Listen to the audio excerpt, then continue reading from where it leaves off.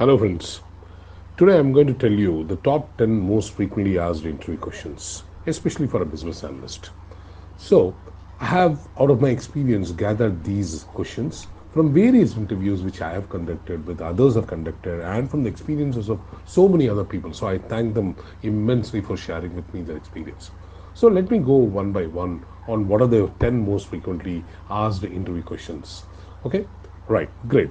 So, one first question which they will ask you is, tell me about yourself. This is where you will have to really prepare for that, because you will have to coin very good words and answer in a very good using English words, telling I hail from so and so place, I have done my education from so and so place, my native place is so and so, I have done my work, I started my work, or I've started my first job at this place, and this is where I have finally landed up before interviewing this company.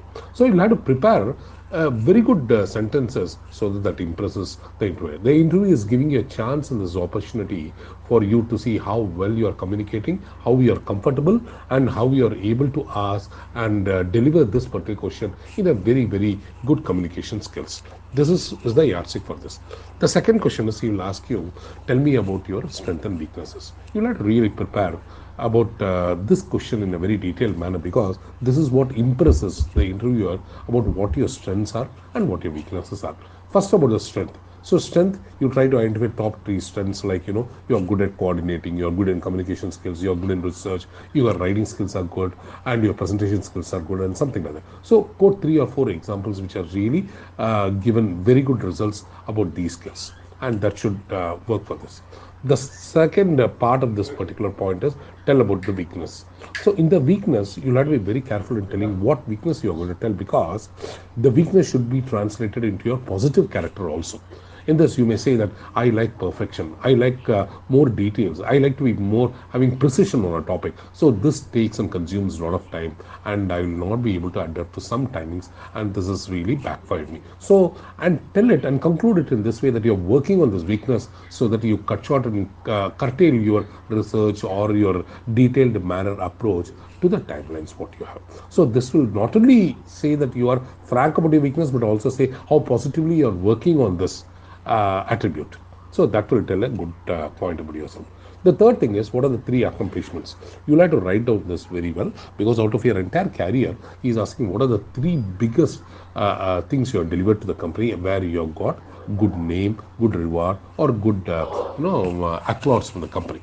So what you have to do is write it very well, what the situation was at that particular time, what you have done to change the scenario, and because of that, what was the final result, how did it benefit the company, and finally, when it benefited the company, what is the reward you had got, and what is the recognition you had got for this.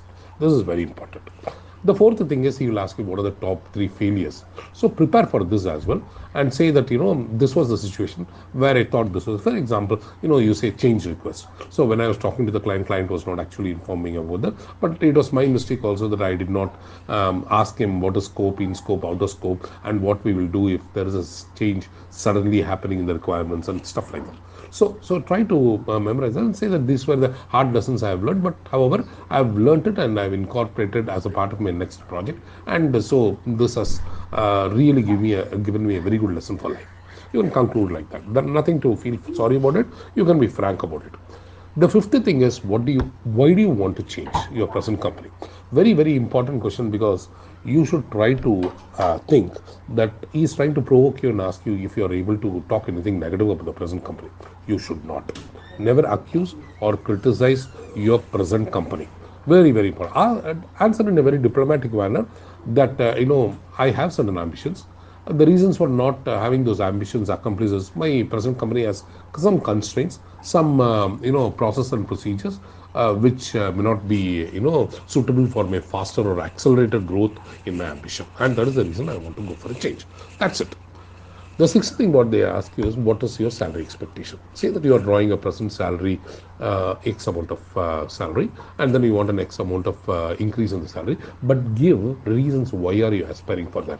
Tell them the traits and the attributes you have equipped yourself so that that justifies your ask. Also tell what are the what is that additionally you're doing in your profile. For example, I know what my boss is doing. I've been sharing his work, so I know almost 50 to 75% of my boss's work, which I have been doing 20 to 30%. I know even my super boss's work, which I've been trying to contribute. So justify why you're asking that. That will give a good substantiating factor for them. The seventh point is, what do you do, or what do you know about the company which you are getting interviewed? So this is a very important question. He wants to know whether you are really laying your hands on the company which is going. Friends, I'll tell you very frankly, I have taken a lot of interviews. Many of the candidates fail in this question. They would not even know what the company is doing, what is the company offering, and all the stuff. That's a very, very poor state of affairs. So you need to go to the website of the company, see what the company is offering, see what are the company's services are, what are the company's recent accomplishments, and what are the recent company's announcements. So if you are able to be on the top of these things, I guess you should be laying a very good impression in the eyes of the interviewer. Okay, let me go to the eighth question. Where do you see yourself in the next 5 years? Good question. So this is where you should really let know the interviewer your ambitions. So what you have to do is you'll have to prepare from Google and from your past companies upon your skill set, upon your domain. Where do you finally end up? It could be a CIO, it could be a CFO, it could be a CEO. So you would tell them that this is where I need to see myself in the 5 years, for which I'm trying to shape my skills, which will adopt my attributes in that direction. Say, for example, I have taken trainings, I have taken external certifications. I have also tried to involve in groups and committees which are promoting our skill sets. And so I'm trying to build my upskill myself, these attributes, so that I get well equipped and I am eligible for that position after 5 years. This is how you substantiate it. The ninth question is, why should we select you? You will ask, why should I select you? So now, how you have to answer this question carefully is to tell them that I have learned so much of things in my present company.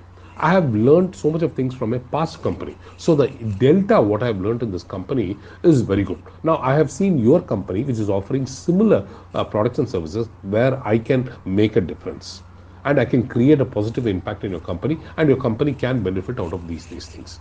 So prepare for this, it will be very good for you. The last but not the least question, he will ask about your domain skills or your technical skills.